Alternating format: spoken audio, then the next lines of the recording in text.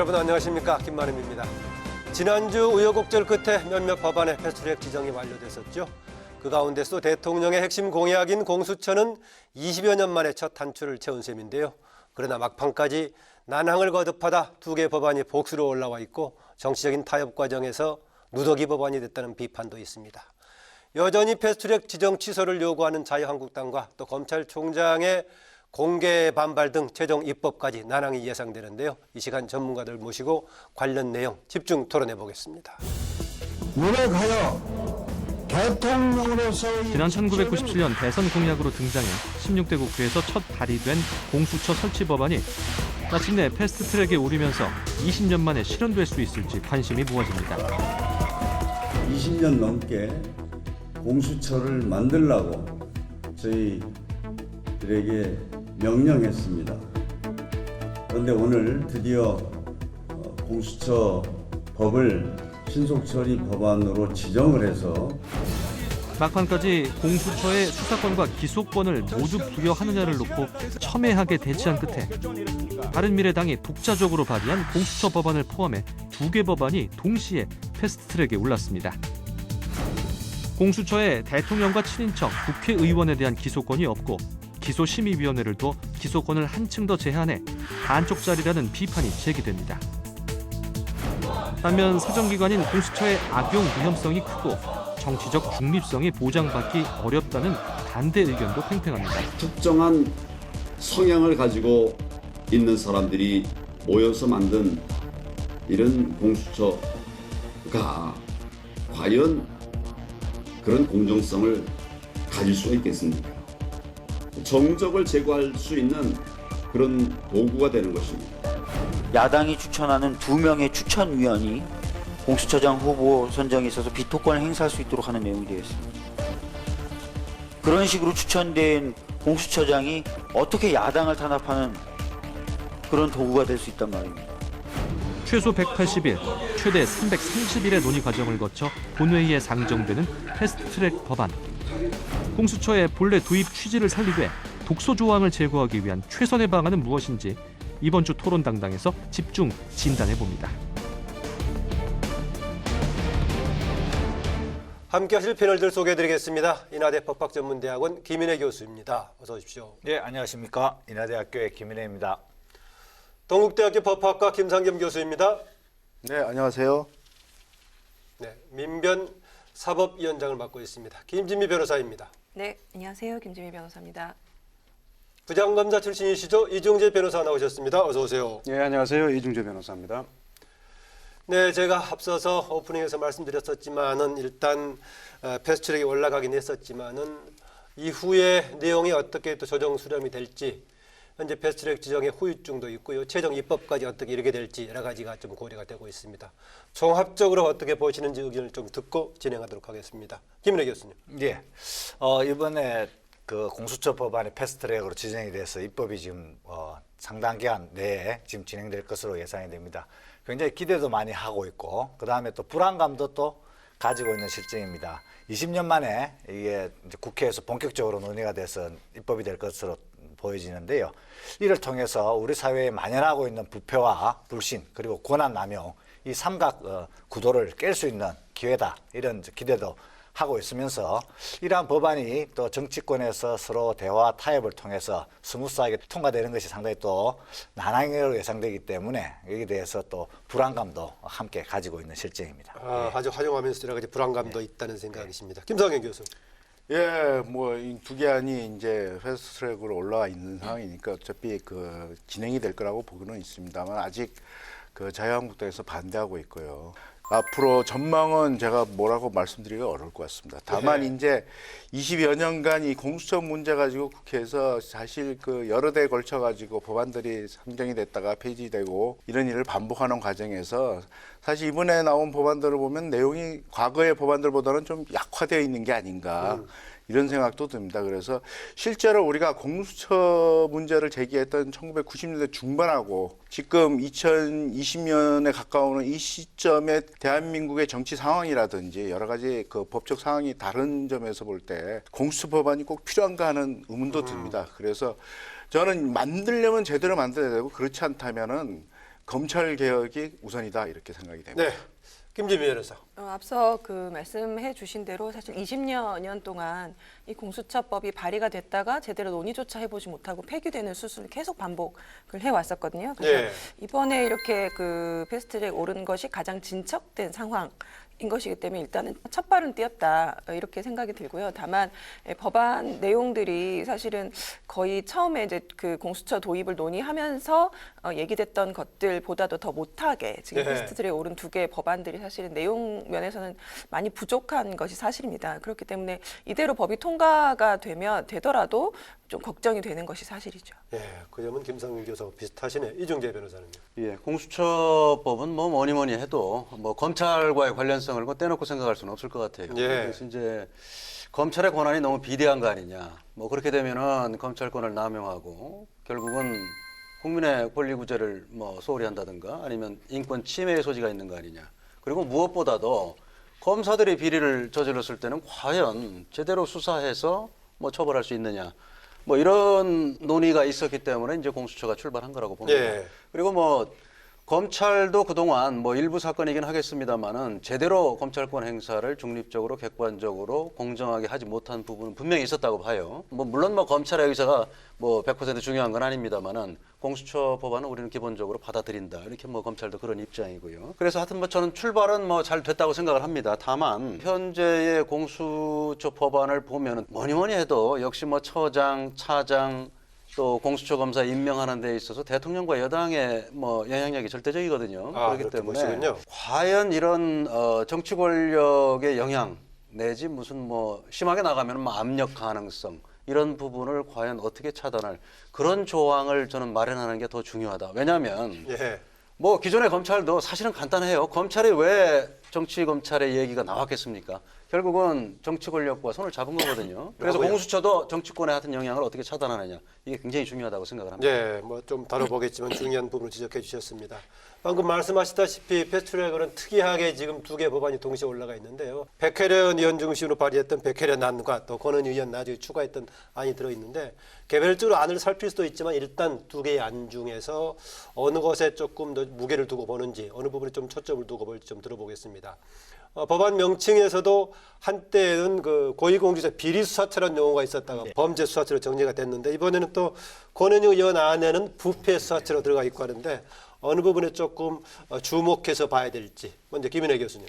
예, 공수처 법안이 패스트트랙으로 지정이 돼서 이번에 국회에서 본격적으로 논의하게 된 것은 15년 만의 일이다 이렇게 얘기할 수 있죠. 예. 2004년도에 참여정부 당시에 노무현 대통령께서 공직부패수사처 법안을 정부법안으로 만들어서 국회에 제출한 적이 있습니다. 그게 공식적으로 정부법안으로 이제 확정이 되는 것이 예. 첫 번째고요. 발의는 그러니까 그때 처음 됐다. 예, 국회에. 그렇습니다. 예. 그 거론은 그 전부터 됐지만. 예, 정부 안으로 된 것은 의원 입법안은 그 이전에도 쭉 있었습니다만 예. 정부 입법안으로 된 것은 2004년도에 있었던 일이죠. 그래서 충분히 논의할 수 있는 기회가 있었는데 그건 놓쳐버렸는데요. 15년 만에 이제 올라오게 됐습니다. 그 이후로 15년 만에 많은 변화가 있어 왔는데요. 일단은 지금 현재 남아 있는 것은 결국 그 백혜련 의원 안으로 통칭 불려지는 예. 그런 법안과 권은희 의원 안으로 이렇게 나눠지고 있는데요.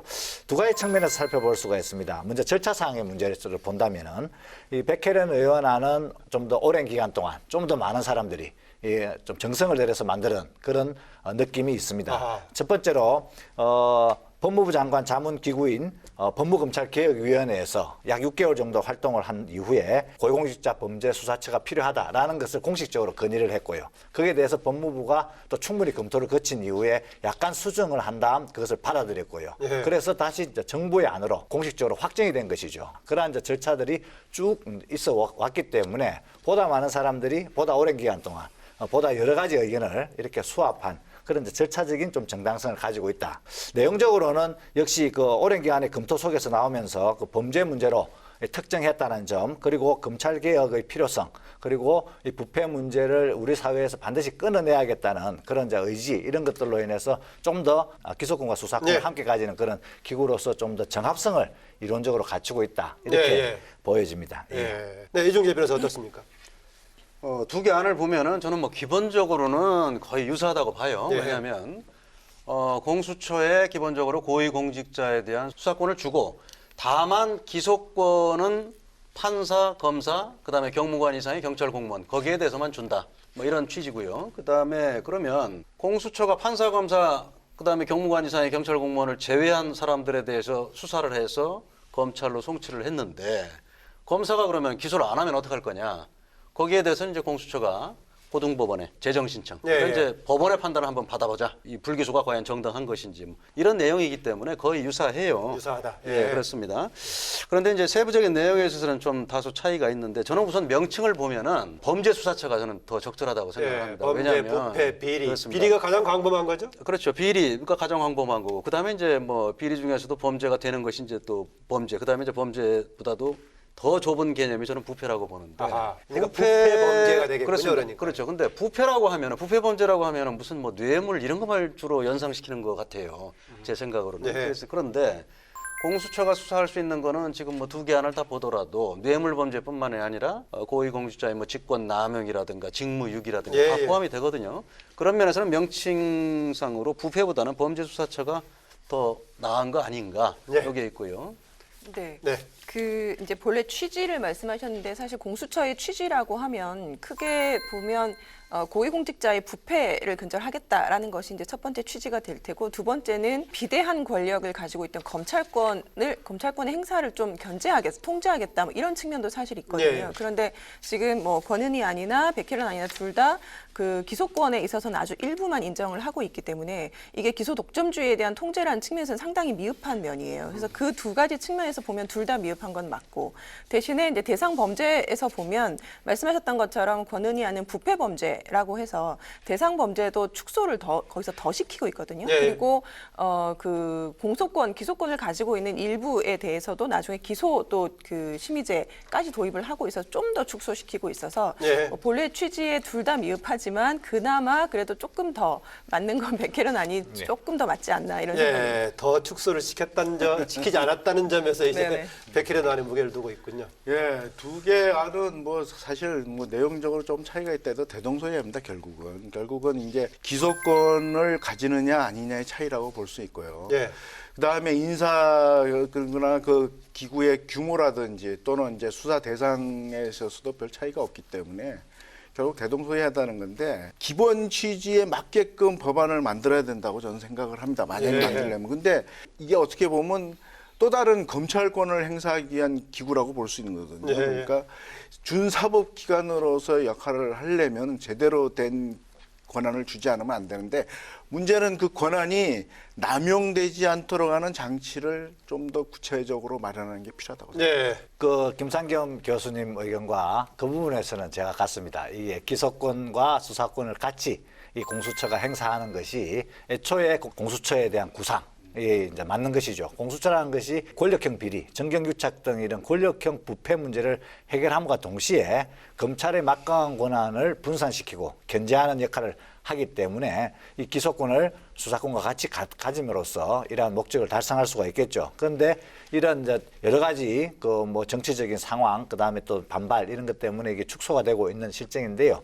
그 중에서도 기소심사위원회 이 부분은 너무 한국적 상황에서는 이질적이고 제대로 작동하지 않을 것으로 이렇게 또 보여집니다. 기본적으로 검사가 기소를 하는데도 불구하고 그다음에 공수처에서도 기소심사위원회를 두어가지고 이 의견을 또 일반 시민으로부터 모으는 형식인데요. 이렇게 되면 이제 두 개의 결정이나 공수처의 오남용을 중간에 거르려고 이걸 제안한 걸까요? 뭘까요? 그러면? 기소를 더욱더 통제하려고 하는 그러니까, 것이요. 예, 더욱더 통제하려는 하는 것이죠. 그러니까 이 공수처에 관해서 공수처에 대해서 가지고 있는 그 의원님들의 불안감, 공포 이런 게 이제 극적으로 표현이 된 것인데요. 이거 두 가지의 결정적인 의견이 있는 거 아니겠습니까? 검사가 기소 여부를 결정하는 권한과 그 국민들이 모여서 결정한 권한이 두 개가 이렇게 부딪혔을 때 이 문제는 여전히 논란이 항상 남는 것이죠. 만약에 두 개 다르면은 그 일반 국민들이 결정한 것인데 이거를 검사가 뒤집을 수 있겠느냐 이런 얘기가 나오는 것이고 법적으로는 또 검사가 결정하게 돼 있으니 이게 또 검사가 그러면은 국민들의 의견을 배신하는 것이냐 아니냐 이런 이제 논란이 계속해서 이제 벌어질 수밖에 없는 그런 위험한 내용을 안고 있다 이렇게 볼 수 있죠. 기소심의위원회 관련해서 검찰하고 충돌할 일은 없을 것 같아요. 제가 볼 때는. 왜냐하면 지금 공수처가 두 개 안 전부 공수처가 기소권을 갖는 거는 판사, 검사, 그다음에 경무관급 이상의 경찰 공무원이거든요. 거기에 대해서는 검찰이 개입할 여지가 없는 거죠. 그렇기 때문에 검사하고 우선 기소심의위원회하고 충돌할 저는 뭐 그런 일이 없다고 보고요. 현재 법률안대로 보면은. 네. 거기 뭐 검사가 전혀 개입하는 게 아니니까요. 그리고 기소심의위원회를 두어서 기소권을 더 제한한 거 아니냐 그러는데 물론 뭐 형식적으로는 그럴 수 있어요. 그런데 기소심의위원회 구성에 법률 전문가가 들어가는 게 아니거든요. 지금 뭐 나중에 운영은 어떻게 할지 모르겠습니다만은 일반 시민들이에요. 그러면 저도 뭐 공무원 할 때 이런 뭐 외부 위원들 구성해서 해봤습니다만은 결국은 공무원들이 설명하는 대로 따라갈 수밖에 없습니다. 예. 왜냐하면 그 일반 시민들이 와서 예를 들어서 뭐 공수처 검사가 얘기하는 증거 관계라든가 이런 걸 판단하기는 사실상 어렵다. 그리고 오히려 수사처 검사가 고위 공무원들 우리가 이렇게 수사를 했습니다. 뭐 이 사람 이러이러한 점에서 굉장히 좀 안 좋은 범죄고 증거는 이런 게 있습니다 할 경우에 일반 시민들이야 당연히 기소하라는 쪽으로 갈 가능성이 훨씬 많거든요. 아하, 실질적인 기능보다는 정당화에 그렇죠. 이제 제가 볼 때는 정당화의 하나의 뭐 수단으로 뭐 그냥 쓰일 가능성이 더 많다 이렇게 생각을 합니다. 네, 김진희 변호사. 네.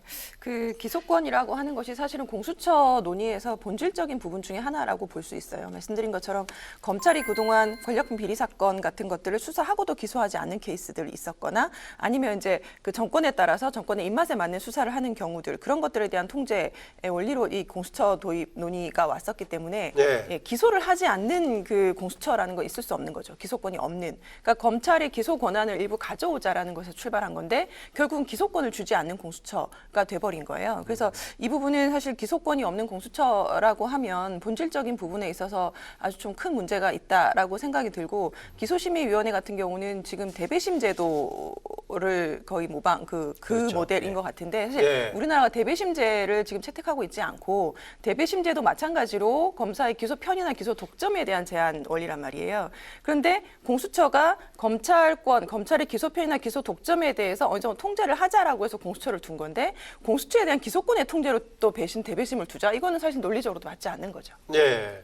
지금 어쨌든 간에 이렇게 절충의 방식으로 기소권을 특정 대상을 이제 경우에는 이제 주는 걸로 되어 있는데 만약에 한 사건에서 판검사하고 나머지 일반이라고 같이 연루가 돼 있을 때 그러면은 같이 어느 쪽으로 묶어 사는 겁니까? 쪼개 사는 겁니까? 어떻습니까? 예, 그 부분은 원래 관련 사건이라고 해서 네. 같이 이렇게 하게 돼 있죠. 그러니까 뇌물을 준 사람이 일반인이고 네. 뇌물을 받은 사람이 고위공직자인 경우에는 예컨대 김학의 사건의 경우에는 예. 한쪽은 이제 검사하고 검사 한쪽은 쪽은 사업하는 사람이 사업한 사람이 예. 관련 사건이기 때문에 공수처에서 같이 수사를 하고 거기에 대해서 이제 함께 사건을 처리할 수 있는 것이죠. 예. 예, 관련 사건이기 때문에. 아, 그럼 그렇게 통합이 되는 건가요, 예. 그러면? 아 그렇습니다. 처음에 이제 20대 국회 때 제출한 뭐 공수처 관련 법안을 보면은 그런 조항들이 제대로 없었어요. 예. 그래서 검찰에서도 문제를 제기했죠. 이런 문제들. 아니 그러면 이런 뭐 공무원 한 명, 그다음에 뇌물 준 사람은 민간인인데 그러면 한 사람은 검사가 하고 한 사람은 공수처가 하냐. 그 수사가 제대로 되겠느냐 그렇게 해서 이런 뭐 검찰이 그런 의견을 냈었어요. 그래가지고 지금 이번에 새로 패스트트랙에 태운 안건을 보면은 이런 경우에 그 민간인도 같이 관련 사건으로 예. 같이 공수처에서 할 수 있는 걸로 이렇게 됐죠. 아, 그러면 관할이 예상보다는 혹시 늘어날 가능성 그런 거 없나요? 그러면은요? 아무래도 늘어나겠죠. 왜냐하면 그 뭐 사건의 어떤 민간인이 한 명만이 아니라 다양하게 복잡하게 연결되는 경우가 있어서 결국은 이제 그 전체를 관련 사건으로 해가지고 당사자들을 수사해야 된다면 아무래도 넓어질 수밖에 없고요. 예, 그러면 거꾸로요. 거꾸로 이제 민간인 관련 수사를 하다가 나중에 하다 보니까는 뭐 고위직이 연루가 돼 있다. 이렇게 나왔을 게 어떻게 된가요? 그런 경우에는 이제 통지를 하도록 돼 있고 그다음에 그 공수처장이 또 이첩 요구를 할 수도 있고 예. 또는 거기에 대해서 뭐 서로 또 상호 간의 업무 협조 이런 것들이 이제 광범위하게 이제 일어나겠죠. 예. 예. 지금 법적으로는 이첩 요구를 할 수 있고 그러면 이첩에 또 응해야 되고 이렇게 되어 있습니다. 아, 이첩의 경우에는 대상이 됐을 경우에 당연히 뭐 동의할 수 있겠지만은 뭐 서로의 판단이 좀 달랐을 경우에 이첩을 요청하면은 당연히 해야 되는 건가요? 어떤가요? 법 조문상으로는 그 다른 기관에서 수사하고 있는 사건에 대해서 이 공수처 처장이 이첩을 요구하면 응하여야 한다라고 의무 조항으로 두 안이 다 나와 있어요. 그래서 예, 일단 그러니까 지금 조문상으로 얘기했던 보면 자동적으로 그 대상이 판검사라든가 경무관급 이상 고위 경찰이 아니라고 하더라도 그러니까 이제 요청하면은 기소 여부가 아니라 이제 일단 수사는 지금 예. 대상 범죄가 훨씬 더 넓으니까요. 예, 그뿐만이 아니라 그러니까 수사 같은 경우는 이첩을 요구하면 일단 공수처에 수사는 하는 거죠. 지금 법률안으로 보면은 공수처가 우선권을 갖게 돼 있습니다. 그리고 공수처가 그런 사건을 우리한테 이첩해라. 그럼 따르게 돼 있어요. 그리고 다만 이제 공수처장이 판단을 해서 예. 사건의 뭐 진행 정도라든가 뭐 수사의 공정성 이런 걸 판단해서 또는 뭐 피의자, 피해자, 뭐 사건의 규모 이런 걸 판단해서 검찰에서 하는 게 더 적절하겠다 하면 공수처는 검찰로 보낼 수 있지만 다른 검찰이나 경찰은 공수처장이 요구하면은 공수처로 이첩할 수밖에 없는 그렇게 지금 법률안이 돼 있습니다. 그래서 저는 이 부분도 조금 좀 법률 규정을 좀 다듬어야 된다고 봐요. 그러면은 금태섭 의원도 얘기를 했습니다마는 저는 뭐 참 공감이 가는 말인데 제도라는 거는 어느 한 사람의 선의에 기대해서 만들어 놓으면 안 되거든요. 그래서 이제 개인의 그런 자의적인 판단이 작용할 수 없도록 제도적으로 정착을 시켜놔야 되는데 그래서 이런 부분은 지금 검경 수사권 조정안에는 이런 게 있어요. 경찰과 검찰이 그럼 같이 동일한 사안을 수사했을 경우에 누가 수사할 거냐. 그런 경우에 이제 검찰이 우선권을 갖습니다만은 예를 들어서 경찰이 예를 들어 구속영장까지 신청한 단계였는데 그걸 검찰이 우리한테 넘겨라 하면 안 되거든요. 그래서 공수처와 검찰의 관계에서도 예를 들어 뭐 검사나 아니면 경찰이 먼저 뭐 구속영장을 뭐 신청하거나 청구한 단계였다면 공수처에서는 그런 사건 정도는 검찰이나 경찰에 맡기는 걸로 이렇게 좀 법률안을 좀 확실하게 좀 해놨으면 좋겠어요. 왜냐하면 그냥 막연하게 공수처장이 판단한다 이래버리면 그냥 그건 자기가 개입할 여지가 있는 거거든요. 예, 뭐 그런 좀 우려가 되는 좀 조항일 수도 있다라고 보려 정비가 안 된. 그렇게 볼 수도 있으나 어쨌든 간에 이게 큰 틀에서 본다면은 특별법 우선의 원칙, 특별규정의 원칙에 의하면은 당연히 공수처라는 것은 그 공수처 대상의 범죄, 부패 범죄와 권한 남용 범죄에 특정되어 있는 것이기 때문에 우선권을 당연히 갖는 것이 이제 법적인 그 논리죠. 그래서 공수처장이 그러한 판단 권한을 먼저 행사하는 것은 일단 정당하게 보이고요. 거기에 대해서 또 국가기관으로서 다른 기관이 또 협조해야 되는 것도 국가기관의 의무로는 일단 보여집니다. 다만 그 과정에서 뭐 또 이렇게 마찰이 많이 발생하고 이러면 곤란하기 때문에 법을 통과시킨 이후에 그런 세부적인 조정을 하기 위한 그런 준칙이나 내부 규정은 또 세밀하게 또 다듬을 필요가 있을 걸로 보여집니다. 근데 우리가 지금 논의의 전제에서 우리가 참 저는 뭐 중요하게 지금 우리가 좀 놓치고 있는 게 있는 것 같은데요. 검찰의 권한이 비대하고 검사들이 권한을 남용했기 때문에 이건 문제다. 그래서 이제 공수처가 출발한 거 아니겠어요, 논의가. 그런데 지금 우리 논의의 전제는 뭐냐면 그래서 출발한 건데 지금 우리가 잘못 생각하고 있는 게 뭐냐면 공수처는 절대적으로 그런 권한을 남용하지 않을 것이다 이렇게 생각하는 것 같아요. 그건 아니에요. 공수처는 지금 임명 절차부터 시작해서 출발부터 굉장히 정치적인 기구입니다. 그렇기 때문에 공수처가 권한을 남용 안 할 것이다 이렇게 생각하는 건 굉장히 잘못이고요.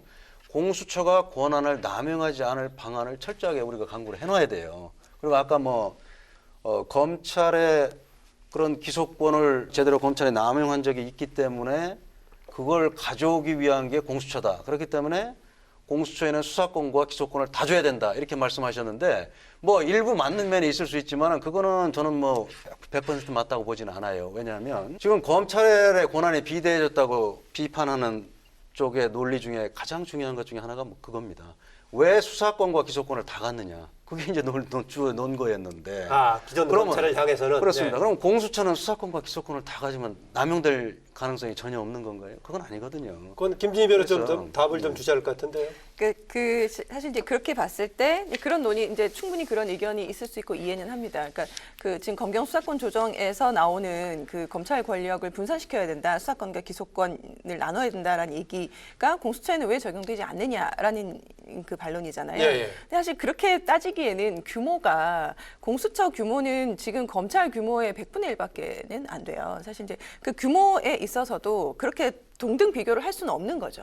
그러니까 그동안 검찰 권력이라는 것이 뭐 수사부터 해서 형 집행까지 모든 그 사법과 관련된 그 권력을 다 가지고 있었기 때문에 그 중에서 이제 수사권과 기소권 해서 이제 일부를 나눠서 검경 수사권 조정으로 가고 특히 검찰의 권력의 남용이 심했던 고위공직자 부패라든지 뭐 이런 부분들은 또 떼서 공수처로 나누자. 그래서 검찰의 권력을 나누는 여러 가지 방안 중에 하나인 건데 그렇게 해서 아주 조그마한 부분을 지금 이제 가져가는 거죠, 공수처가. 근데 지금 검찰 아주 큰 그 비대했던 권력인 검찰에 적용되던 수사 기소 너네가 다 가져가는 거 안 되니까 경찰에 나눠주자라는 거를 공수처에 똑같이 적용할 수는 없는 거죠. 아주 특정 일부 범죄만 그 취급하는 공수처에 기존의 검찰에 했던 비판을 그대로 가져올 수는 없는 거예요.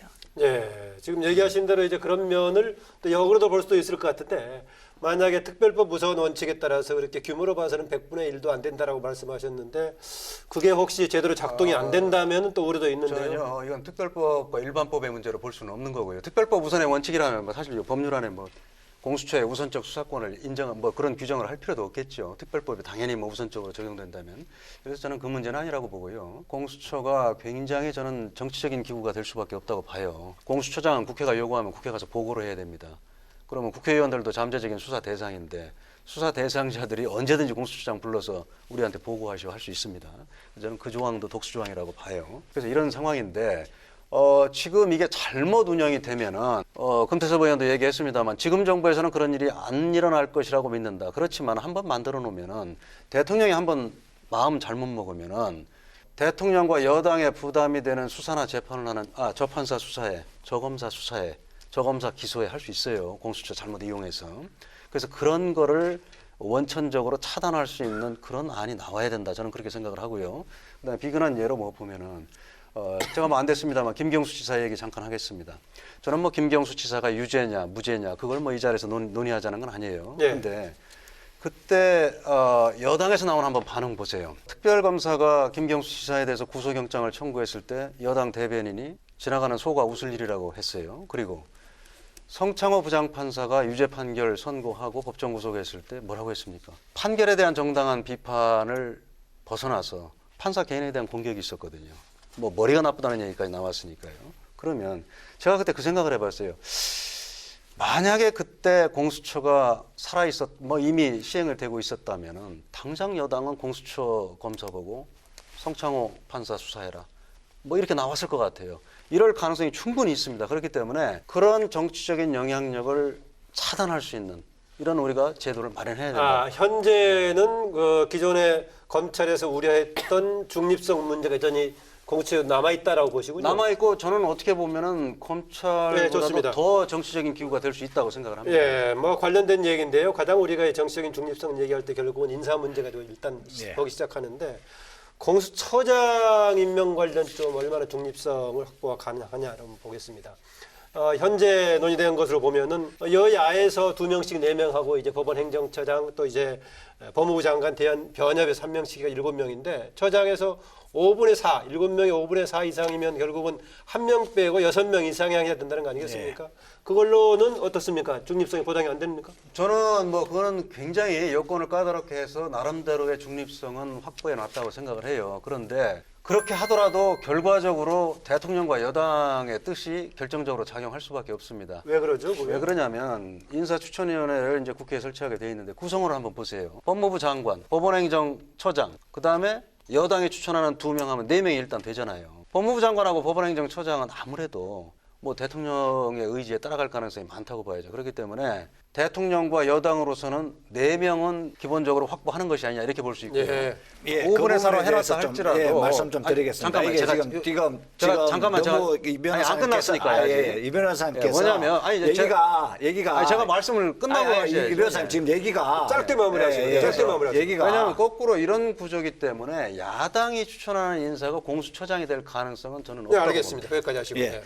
지금 이제 그 정치적 중립을 보장할 방법이 없다. 100% 정치적 중립을 보장할 방법이 없다. 이렇게 얘기를 하시지 않습니까? 그러나 지금 이제 대통령이 가지고 있는 인사권에서 100% 정치적 중립이 보장되는 것은 없습니다. 검찰총장도 당연히 그렇죠. 검찰총장도 그렇고 그다음에 대법원장, 대법관. 근데 그 모든 것들이 다 대통령에서 임명이 되지 않습니까? 그러나 거기에 대해서 정치적 중립 여부를 위험하다 이런 얘기를 하진 않지 않습니까? 그러니까 그 대통령의 임명권 그 자체로 바로 정치적 중립이 위험하다 이렇게 얘기는 할 수는 없는 것이죠.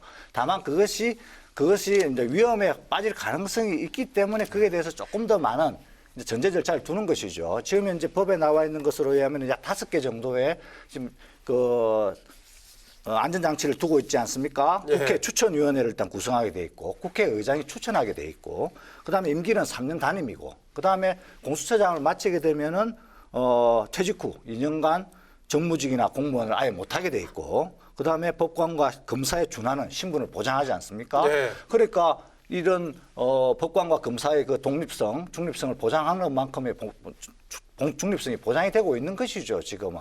그런데 그 부분을 그러면 더 이상 높일 방안이 뭐가 있느냐? 더 이상 높일 방안이 뭐가 있냐면 대통령 인사권을 포기하라는 얘기인데, 그러면은. 그건 아니에요. 제가 대통령 일단 인사권을 포기하라는 말씀드리겠습니다. 얘기가, 그러니까 대통령 인사를 하되 완전히 형식적으로 하든지 아니면은 다른 사람 임명을 하라는 얘기지 않습니까? 그렇게 될 때만이 중립성이 보장이 된다는데, 그러면은 대통령 이외에 누가 그것을 하겠습니까? 우리나라 사람들이 선거를 통해서 민주주의 정당성이 부여된 대통령께서 임명을 하셔야 되는 것이지, 아니 선거로 거치지 않은 분이 임명을 한다는 것은 있을 수가 없는 일이지 않습니까? 정치적 중립성은 뭐 검찰이나 권력기관들의 정치적 중립성 항상 논의가 되는데 예. 정치적 영향 제도적으로 할 수 있는 한도의 현재 방식을 어떻게 보시냐 그 말입니다. 예, 추천위원회 구성이 사실은 뭐 법무부 장관, 법원행정처장, 대한변협 회장이 들어가 있는 한은 뭐 정치적 영향력에서 벗어나기 어렵겠죠. 당연히 어렵다고 보고요. 저는 차라리 이게 사실 어떻게 보면 추천위원회 구성을 국회가 추천하는 인원들로 다 만드는 것이 오히려 더 정치적으로 영향력을 배제할 수 있는 게 있다. 왜냐하면 국회가 여야가 하기 때문에 그렇게 됐을 때 그 여야가 합심해서 추천하는 위원은 오히려 정치적으로 영향력을 덜 받는 사람이 되지 않을까 그런 생각이 듭니다. 그런데 추천위 방식에서 예. 중립성을 더 강화할 수 있는 방식이 있다라고 보군요. 예. 그렇기 때문에 저는 법원행정처나 법무부 장관이나 이 법조인 현재 국가의 구성원으로 되어 있는 공무원들을 추천위원회에 소속시키는 것보다는 차라리 국회에서 이 제야 법조인들 중에서 추천을 한다든지 해서 추천위원회를 좀 더 그 객관적으로 구성할 수 있는 방법을 더 강구하는 것이 필요하다고 생각합니다. 네, 김지희 변호사. 지금 정치적 중립성 말씀을 하셨는데 사실 그 부분은 이제 인사와도 관련이 있는 거고요. 네. 그리고 이제 어떻게 임명이 됐니, 어떤 사람이 임명이 되느냐 하는 부분은 지금 충분한 그 장치가 돼 있다라고 보고 아하. 염려하시는 부분이 지금 정권의 입맛에 맞는 말씀 예를 들어서 뭐 누구 수사해 이렇게 하면 수사할 수 있는 거 아니야 이런 말씀하셨는데 사실은 법안 내용을 보면 수사의 개시 요건 자체가 범죄 사실이 된 어떤 범죄의 사실을 인지하거나 아니면 감사원 등으로부터 그 의뢰가 있을 때 수사를 할 수 있거든요. 이제 그런 부분들 그리고 사실 아까 제가 규모를 아까 말씀드렸는데 지금 공수처 그 검사가 25명 정도로 지금 돼 있단 말이에요. 중앙다. 근데 작년 2017년 9월에 법무검찰개혁위원회가 권고한 안은 사실은 그 검사가 한 50명 수준, 수사관이 뭐 한 6, 70명 수준 해가지고 그때 합치면 120명이 넘는 현재 법안은 축소가 수준이었어요. 됐군요. 지금은 25명, 40명이니까 아주 축소가 된 거죠. 그러니까 사실 있는 사건을 수사하기에도 버거울 수 있어요. 이 정도 규모라면. 그런데 누가 정권에서 하명해서 수사하라 한다고 할 수 있는 여력이 있을까 싶은 생각이 드는 거죠. 네, 이종재 변호사 얘기 또 듣고 김인혜 교수 얘기 듣겠습니다. 우선 그 수사처 검사가 25명이면 그게 적은 게 아니에요. 25명의 검사가 있다는 거는 조그마한 검찰청 하나가 있는 겁니다. 그렇기 때문에 그건 엄청난 수사를 할 수 있어요. 그래서 그 부분은 좀 뭐 다른 말씀이신 것 같고. 그리고 할 수 있는 범위 제도적으로 이만큼 중립성을 확보했다라고 김인혜 교수 얘기합니다. 그렇습니다. 그래서 거기다가 걸음장치도 여러 개 있다. 예, 있다고 말씀하시죠. 근데 저는 그게 부족하다고 보는 거예요. 뭐냐면 선거로 선출된 대통령에게 인사권을 부여하는 건 어쩔 수 없습니다. 그건 뭐 저 인정해요. 근데 그렇게 하면서도 우리가 좀 더 정치적 중립성을 확보할 수 있는 방안이 뭐가 있겠느냐. 이걸 좀 저는 더 강구를 해야 된다고 봐요. 예. 공수처장이든 차장이든 뭐 공수처 검사든 퇴직 후 뭐 2년 또는 뭐 권은희 의원 안에 의하면 3년 내에는 뭐 일정한 공직에 진출할 수 없도록 돼 있어요. 그런데 그 기간도 2년, 3년 너무 짧아요. 제가 볼 때는. 예. 너무 짧고 그다음에 너무 지나친 걱정을 하는 건지는 모르겠습니다만은 공수처는 굉장히 정치적인 기구가 될 수 있다. 그리고 그런 면에서 저는 정계 진출을 좀 막아야 된다고 봐요. 아하. 정계 진출에 관해서 아무 얘기가 없어요. 지금 법안에. 그래서 한번 생각을 해보십시오. 정치적으로 굉장히 민감한 사안. 어느 특정 당의 예를 들어서 유력 국회의원이 수사 대상이 됐는데 각 당의 입장이 다를 경우에 굉장히 정치적인 사안이 될 거예요. 예. 그런데 특정 공수처장이든 차장이든 그 수사처 검사가 어느 한 당에 편향된 생각을 가지고 수사를 하고 나중에 그 당에 공천을 받아서 정계로 진출하고 이런 일을 저는 충분히 일어날 수 있다고 봅니다. 예. 그래서 정계 진출 권한도 좀 굉장히 좀 막아야 되고 퇴직 후 2년, 3년 내 일정한 공직에 진출하지 못하게 하는 거 이것도 좀 기간 좀 늘릴 필요가 있다고 보고요. 처장뿐 아니라 해당 그렇습니다. 검사도. 그렇습니다. 예. 그리고 또 하나 중요한 게 뭐냐면 국회 출석 보고 의무예요. 처장이. 예. 아니 처장이 수시로 그 수사 대상자가 될 수 있는 국회에 가서 보고를 한다는 게 그게 네, 얘기가 거기까지 안 되죠. 하시고요. 예. 마지막 부분부터 먼저 말씀드리면 국회 보고 의무 부분은 말씀하신 대로 문제가 있습니다. 그 부분은 이번 그 패스트트랙에서 좀 더 논의가 되면서 정리가 되었으면 좋겠습니다. 예. 이 참여정부 당시에서 나왔던 그 공직부패수사처 법안에 의하면은 당시 그 공직부패수사처는 국가청렴위원회 산하에 있게 되어 있었거든요. 그래서 국회 보고 의무를 지는 것은 공직부패수사처장이 아니고 네. 그 국가청렴위원회 위원장이 국회에 가서 보고하도록 되어 있었습니다. 그렇기 때문에 상대적으로 정치적인 직접적인 국회의원들의 압력으로부터는 좀 자유롭게 된 것이죠. 지금 이제 국가청렴위원회가 없는 상태에서 고육직책으로 독립기관으로 만들면서 감독기관이 그렇게 됐는데요. 그 부분 좀 손을 봤으면 좋겠고요. 예. 지금 이제 저는 이 법안에 있어서 그 공수처장 임명 법안이 너무 좀 지나치게 이게 5분의 4. 이게 5분의 4라는 그런 것은 한 명만 반대를 해도 이게 안 되는 한 명까지는 가능한데. 한 명까지는 그러니까 한 명의 의사에 뭐 좌우되는 이런 사태인데요. 5분의 4 이석현 의원도 뭐 그런 지적을 했더라고요. 보니까. 예. 5분의 4라는 것은 우리나라 헌법에도 없고 국회법에도 없는 그런 것인데요. 이렇게 되면은 그 행정부의 소위 말하는 자율성, 행정부의 적극적인 정책 집행력 이런 것에 굉장히 문제가 생길 수 있습니다. 지금 백혜련 의원 법안에 의하면은 공수처장은 이제 차관급 대우를 하는 거거든요. 검찰총장보다 한 급수가 낮습니다. 네. 그렇기 때문에 그에 대한 그 권한도 이제 그렇게 보는 것이죠. 대우도 그렇게 가는 거기 때문에. 그렇기 때문에 이게 검찰총장을 임명하는 것보다 더 심하게 옥죄어 놓은 것은 이게 이제 반부패에 대해서 좀 더 적극적인 의지를 가지고 이거 이제 척결해 나가는 그런 공수처의 위상에 좀 안 맞는 그런 역할을 제대로 못할 그런 위험이 있는 것이죠. 이게 5분의 4라고 해놓으니까 이게 뭐 너무 꽉 조여놓고 국회의 권한이 너무 대통령의 임명권을 사실상 압도하는 그런 이제 형식이 되는 것이죠. 네, 김인혜 교수 입장이라면 권은희 의원이 제안했던 심지어는 처장을 국회에서 필수로 동의를 받아야 한다는 더 동의를 못하실 것 같다고 맞습니다. 하긴 한데. 동의는 잠시만 말씀드리면요. 네. 동의는 아시다시피 그 대법 원장, 예, 대법관, 헌법에 정해진 거니까요. 그리고 뭐 국무총리 정도거든요. 그런데 차관급인데 그걸 국회 전원에 국회 본회의에서 동의를 받아라 이런 것은 사실상 법체계상 너무나 맞지 않는 것이죠. 예. 김성희 교수님, 더 이제 또 중립성 강화의 방안 하나로 검사의 임명권을 아예 공수처장한테 주자라는 게 이제 권은희 의원 아닌데 어떻습니까 이거는? 예, 사실 차관급이면 공수처의 검사 임명 권한을 주기는 좀 어렵지 않을까 하는 생각은 들고요. 같은 맥락이군요. 예, 총장처럼 장관급 정도는 돼야 인사권에 대한 문제를 균형을 맞춰줘야 되니까 하는데 사실은 근데 검사들의 임명 권한을 공수처장이 개입하지 않으면은 또 이 공수처가 제대로 작동이 안 할 가능성도 있습니다. 왜냐하면 인사권을 가진 자의 말을 듣게 돼 있는데 처장한테 인사권을 주지 않으면 누가 말을 듣겠습니까? 그러다 보니까 사실 그 부분이 좀 세밀하게 좀 다듬어져야 될 부분이 아닌가 하는 생각이 드는데요. 너무 이 규모라든지 또는 차관급한테 직급이 주기도 그렇고 또 안 줬을 경우에도 문제가 있고 그러니까 그런 문제를 어떻게 해야 할지 저는 이해가 잘 안 되더라고요. 그 부분은. 그래서 그 부분은 좀 합리적으로 하려면 장관급으로 올리고 그리고 인사권을 주는 게 맞지 않나 생각이 들고요. 타 부처에서 그 인사권을 간접적으로 행사한다든지 개입한다면 공수처의 조직이 독립성 자체가 저는 무너진다고 생각이 됩니다. 네, 어떻습니까, 김준미 변호사? 지금 이제 혹시 직급을 올리더라도 인사권을 줘야만이 독립적인 역할을 제대로 수행할 수 있다라고 지금 김상김 교수는 얘기하는데. 사실 이렇게 검사 임명 같은 경우도 뭐 바로 지금 임명할 수 있는 게 아니라 인사위원회 추천을 그러죠, 예. 거치게끔 되어 있어서 사실 거기서 많이 걸러질 거예요. 그래서 인사위원회 추천을 거쳐서 공수처장이 제청을 하고 대통령이 임명하느냐 아니면 추천을 거쳐서 공수처장이 바로 임명하느냐의 차이인데 그거죠, 사실 제가 볼 때 실질적으로 그렇게 큰 차이가 있을까라는 생각이 사실은 이거 실질적인 면에서 봤을 때는 근데 이제 어느 정도의 민주적인 정당성 측면에서 본다면 사실 대통령이 임명하는 게 더 나을 수도 있다는 생각은 있어요. 뭐 이거는 뭐 법률 체계상으로 보더라도 일반 검사들도 뭐 물론 뭐 장관, 뭐 총장이 인사합니다만은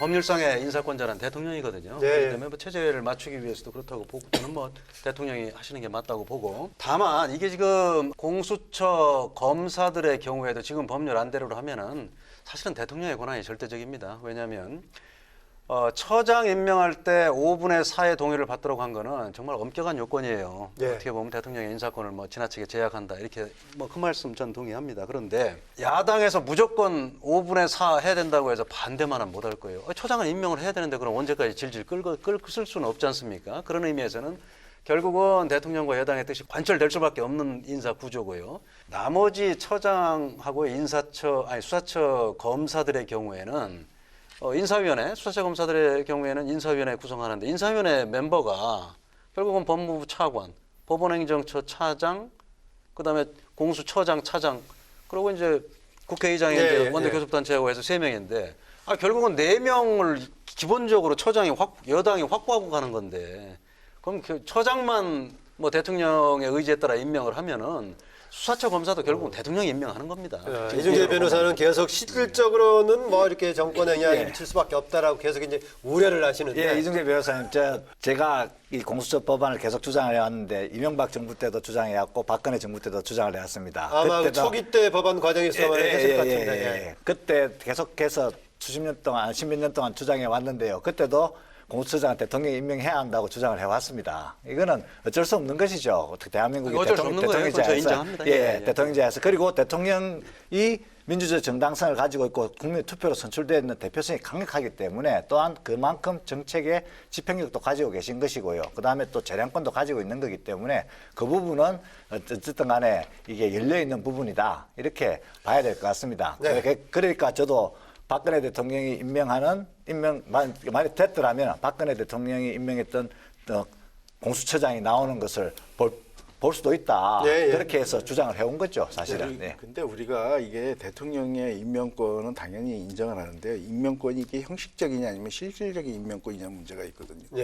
그러니까 대통령이 직접 임명하는 거하고 그다음에 이런 추천위원회를 통해서 하는 건 사실은 대통령이 법에 따라서 형식적으로 임명하는 권한을 이제 이야기하는 건데 그 대통령 형식적인 임명권에 있어서 이제 절차가 중요한 거거든요. 임명 절차가.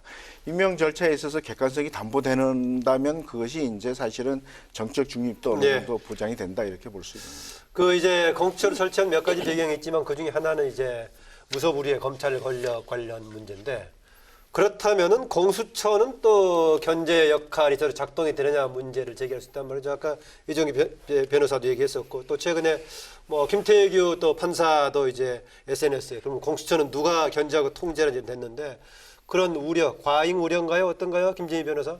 처음에 저희 얘기할 때부터 그러니까 공수처와 검찰이 서로 견제하는 것이 가장 이상적이다라는 얘기를 했었어요. 그러니까 지금 이 판사님께서 무슨 생각으로 이런 말씀하셨는지 모르겠는데 공수처는 누가 견제하고 통제하느냐? 검찰이 하죠. 당연한 거거든요.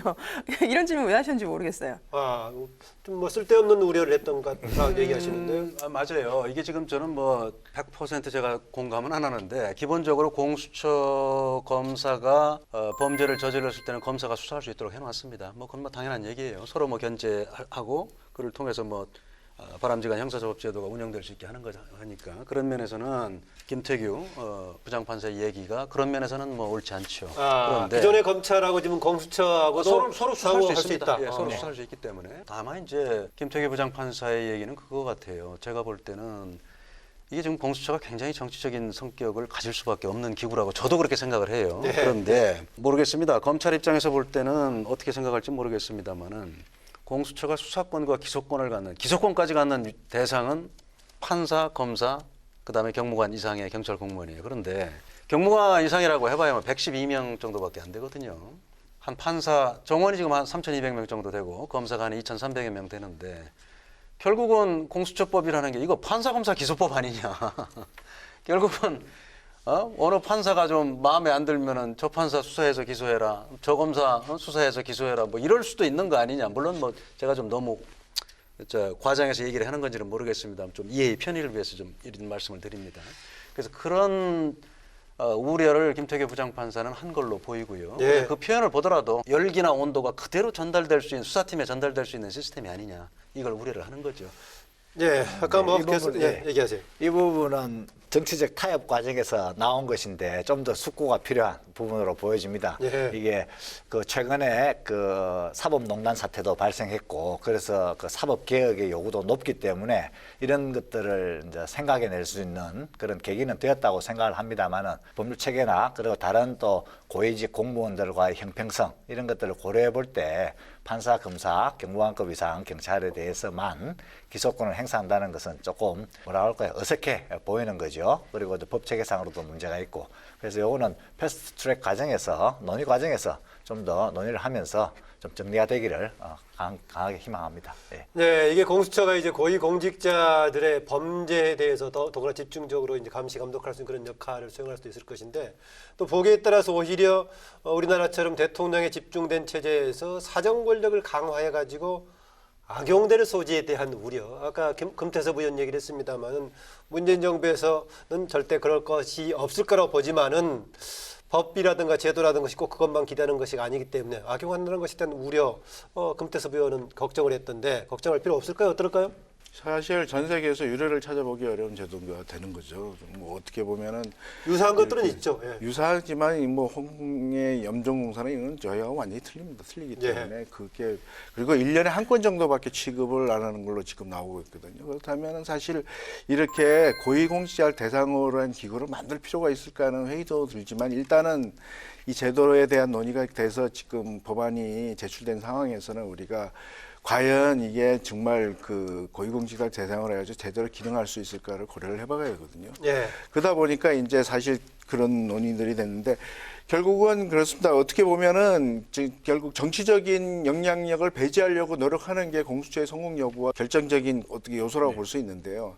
정치적 영향을 배제하려면 정치권에서 일단 공수처에 대해서 자유롭게 권한을 행사할 수 있도록 놔주는 게 필요합니다. 근데 공수처에 대한 아까도 말했지만 국회에다 뭐 수사 과정을 보고한다든지 이렇게 되면 이제 사실은 결국 어떻게 보면 수사나 기소 과정에 정치권이 개입하는 결과를 초래할 가능성이 많거든요. 예. 그리고 또 그런 것들이 쌓이다 보면은 결국은 정치적인 영향을 배제할 수 없게 돼서 오히려 검찰에서 문제 삼았던 내용들이 공수처에 그대로 재현될 가능성이 있습니다. 예. 이것과 관련해서는 이렇게 보시는 게 좋을 것 같습니다. 공수처만 하나 만든다고 해서 이게 문제가 해결되기는 어렵다 이런 취지신데 그게 맞추어서 사실은 검찰 개혁도 진행이 되고 있는 것이죠. 그리고 네. 경찰 개혁도 또 진행이 되고 있는 것이고 그리고 그 과정에서 경찰 같은 경우에는 자치경찰제나 경찰위원회 제도 등을 통해서 분산을 많이 시키면서 또 권력이 집중되지 못하도록 또 하고 있고 그다음 인권 친화적인 개혁도 많이 하고 있는 실정입니다. 검찰도 지금 작년 6월 달에 검경 수사권 조정에 대해서 기본적으로 합의를 했듯이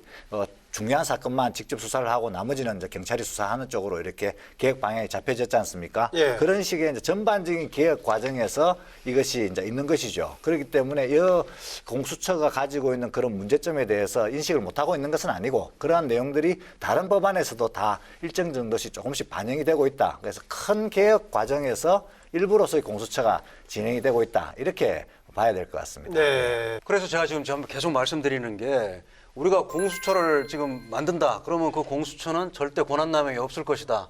이렇게 생각하면 안 된다 이거죠. 그래서 그런 정치 권력의 영향을 차단할 수 있는 방안은 아까 제가 말씀드린 지금 뭐 김 교수님도 거의 그 부분은 동의하시는 것 같습니다만은 국회 출석 보고 의무라든가 예, 또는 예. 뭐 공수처 검사의 나중에 정계 진출 문제라든가 이런 건 분명히 차단을 해야 된다. 그렇게 생각을 하고요. 예. 왜냐하면 어느 지금 뭐 수사기구나 기소권을 가진 뭐 기관 그동안은 뭐 검찰이었습니다만은 사실은 대통령만 마음을 비우면은 정치검사들 안 나올 수 있었어요. 역대 정권에서. 물론 검찰이 기본적으로 잘못한 겁니다만은 그렇기 때문에 임명은 저는 뭐 대통령의 임명권은 뭐 절대적으로 존중해야 된다고 생각합니다. 그리고 누가 임명할 사람도 없어요. 네, 그렇기 예. 때문에 임명을 하되 임명한 이후에는 관심을 꺼야 된다. 이런 주장이죠. 김진희 변호사, 권력을 오히려 사정 권력을 원남용할 우려, 그 위험성에 대한 것을 어떻게 보시는지? 사정 권력의 강화라고 말씀하셨는데 사실 지금 이 공수처 같은 경우는 그동안 고위공직자 우리 사회에 만연해 있는 고위공직자 부패를 제대로 처단하지 못했던 그 반성도 사실은 있거든요. 예. 그러니까 그동안 검찰에서 뭐 수사를 하지 않거나 제대로 아니면 수사하고도 기소하지 않거나 그러니까 반대의 경우도 있었지만 사실은 그렇지 못한 경우들도 더 많았어요. 묻혀져 있는 고위공직자 범죄가 너무 많았단 말이죠. 그래서 이제 그런 측면에서 공수처가 꼭 정치적 사건에만 개입을 하냐 그렇지는 않아요. 이걸 정치적이다라고 단정 지을 수는 없는 거예요. 그러니까 고위공직자의 부패 사건만을 전담하는 기구이기 때문에 부패를 일소하겠다라는 차원에서 접근하는 시각도 있어야 된다. 저는 그렇게 보고 있습니다. 네, 이런저런 얘기했는데요. 뭐 견해차가 좀 있어 보이긴 합니다. 일관되게 있어 보이긴 한데 앞으로 입법 과정에서 어떻게 될지, 내용에서 지금 지적됐던 내용들이 어느 방향으로 수렴이 될지, 또 최종 정말 입법을 성사하게 될지, 뭐 길게는 이제 좀 며칠이 지났기 때문에 한 330일 남고 짧게는 뭐 100몇십일 되겠습니다만은 입법 과정이 될 지켜봐야겠는데, 마지막으로 이걸 부탁하고 싶습니다. 논의를 반복해서 하셨지만은 반드시 입법화 과정에 지켜야 될 부분, 반드시 이것은 수정 보완해야 될 것 두 개를 들어서 또 뭐 국회 입법 과정에서 주문하고 싶은 점 마무리 말씀으로 부탁드립니다. 그동안 반드시 지켜져야 될 부분. 그래서 예, 그동안 뭐 예. 검찰이 신뢰를 잃은 부분이 분명히 있기 때문에 공수처 논의가 시작이 된 거고요. 예. 그래서 공수처는 뭐 설립하게 되면은 이런 검찰의 그동안 잘못됐던 부분을 다시 반복하는 기관이 돼서는 안 되겠다. 그런 의미에서는 공수처를 설립하되 공수처에 소위 말하는 정치 권력이 영향을 미치거나 뭐 압력을 행사할 수 있는 이런 부분을 최대한 차단할 수 있도록 그런 법안을 마련해야 된다. 네. 그리고 그 부분에 대해서 앞으로 국회 논의 과정에서 좀 더 신중한 검토가 있기를 바랍니다. 네, 김지미 변호사 부탁합니다. 예, 다른 부분들은 아마 말씀을 해주실 것 같고, 여태까지 나오지 않았던 얘기 중에 네. 제가 조금 주목하는 부분은 사실은 저는 공수처 검사의 자격 요건이거든요. 그래서 네. 이 부분에 대해서는 얘기들이 거의 없는 것 같은데, 이 자격 요건이 보면 사실 변호사 자격이 있으면서 10년 이상 수사나 재판의 업무에 종사한 엔드 요건으로 되어 있어서 사실은 정관이 아니면 공수처 검사로 갈 수 없게 되어 있어요. 근데 여태까지 이 패스트트랙에 오른 두 안 말고 기존에 계속 논의되었던 안들에서는 변호사 자격이 있는 사람으로만 얘기가 됐었지 이렇게 정관이어야 한다라는 건 없었거든요. 그리고 수사처의 수사관은 대신 변호사 자격만 있으면 5년 이상 자격만 있으면 되는 것으로, 그래서 검사 같은 경우는 정관이 아니면 지금 될 수 없게 되어 있어서, 이렇게 만약에 제도 설계가 된다라고 하면 공수처가 설립이 되더라도 공수처 검사는 거의 다 정관들이 차지를 하게 되겠죠. 네. 2분의 1 이상은 이제 검사 출신이 못 오게 되어 있기 때문에 어쨌든 뭐 반 정도는 검찰 정관, 뭐 반 정도는 법원 정관, 내지는 뭐 감사원에 뭐 있었던 조사 업무를 했었던 뭐 이런 분들이 들어갈 것 같은데, 예. 그렇게 되면 실제 사건에서 우리가 지금 얘기하고 있는 정관 예우 같은 것들이 또 이 정관 검찰이 있었던 같이 근무했었던 정관 변호사들이 또 그 사건을 맡게 되는 정관 예우에 또 판이 펼쳐질 수 있어요. 예. 그래서 왜 이렇게 제도 설계를 했는지 모르겠는데, 이 부분도 패스트트랙 논의 과정에서는 수정이 꼭 돼야 되는 부분이라고 봅니다. 예, 주목해 수정의 부분 이제 공수처 검사 자격 관련해 가지고 지금 상당히 걱정이 되시나 봅니다. 김상인 교수. 예, 저는 사실 공수처가 뭐 논의되는 것에 대해서 뭐 반대는 안 합니다만 결국은 또 다른 검찰이 될 거라는 생각을 줄 수가 없습니다. 이 국가 권력이라는 것은 가능한 한 축소하는 것이 필요한데, 아무리 우리가 고위공직자 부패에 대한 초점을 맞춘다 했지만 사회가 발전하면 부패는 줄어들게 돼 있고요. 그것은 사실 사회 환경의 문제지 이게 뭐 수사기관이 부족해서 벌어지는 문제라고는 저는 생각하지는 않습니다. 그러나 예. 이 법안이 이제 진행이 되면서 과연 디테일한 부분이 고쳐져야 한다면은 일단 그 추천위원회 구성을 좀 바꿔야 될 거라는 저는 생각을 하고요. 그다음에 두 번째로는 이제 그 국회 그 수사 과정에 대한 보고라든지 이런 규정들은 손을 봐가지고 삭제를 하든지 이 정치권으로부터 좀 더 격리될 수 있는 조항들을 만드는 것이 필요하다는 생각을 합니다. 네, 김인혜 교수. 예, 그 한국 사회에서 고위공직자들이 가지고 있는 그런 문제점, 부패와 권한남용, 그다음에 그에 따라서 발생하는 이 불신이라는 한국 사회의 고질적인 이 병폐를 끊어낼 수 있는 모처럼 만의 기회가 왔다. 20년 만의 기회가 왔다. 이 기회를 소중히 잘 살려달라는 말씀을 첫 번째 드리고 싶습니다. 예. 두 번째로는 논의를 끌고 온 결정적인 힘은 역시 2016년도에 있었던 촛불혁명의 힘이다. 시민의 힘이다. 예. 그 당시에 얘기 나왔던 그런 부패에 대한 그런 강력한 분노, 그리고 그것을 척결하겠다는 의지, 이런 것들 다시 한번 상기시켜 주시고 그것을 끌고 나가는 대통령의 힘과 정부 여당의 힘이 좀 더 잘 정리되길 바란다. 이걸 두 번째로 말씀드리고 싶습니다. 예. 세 번째로는 좋은 제도는 모든 사람을 행복하게 만들 가능성이 굉장히 높습니다. 그래서 좋은 제도 안에서 일을 하면은 일하는 사람도 좋고 그게 더 혜택도 국민들이 많이 보죠. 그래서 이 문제는, 이 공수처는 지금 현재 그 자체로서도 계획이지만 좀 더 큰 틀에서 본다면은 반부패 청렴 사회를 만들기 위한 큰 틀의 계획이기 때문에 개혁의 출발점이라고 할 수 있습니다. 그래서 공수처를 만드는 과정에서 좀 더 큰 반부패 청렴 사회 개혁이라는 그런 큰 틀을 염두에 두시고 이제부터 개혁이 시작이라는 생각으로 남아있는 개혁 과제들도 하나하나씩 잘 풀어나가시기를 그렇게 희망합니다. 네, 얼마 전에 국회에 이제 패스트트랙 안건으로 지정이 된 공수처법 앞으로 입법화 과정에서 어떤 점에 신경을 써야 될지 오늘 네 분과 얘기 나눴습니다. 이종재 변호사, 김상김 교수, 김인우 교수, 김진 변호사 수고하셨습니다. 네, 감사합니다. 감사합니다. 네, 공수처 형사사법제도의 틀을 다시 놓는 중요한 작업인 만큼 패스트트랙 종착지까지 국회에서 충분한 검토가 뒷받침돼야 할 것 같습니다. 이야기 나왔던 여러 가지 내용도 참고해야 될 것 같고요. 근본 취지를 살리되 독소 조항을 걸러내고 또 개혁의 완성도를 높이는 데 전력을 다해야겠습니다. 토론당당 여기서 마무리하겠습니다. 안녕히 계십시오.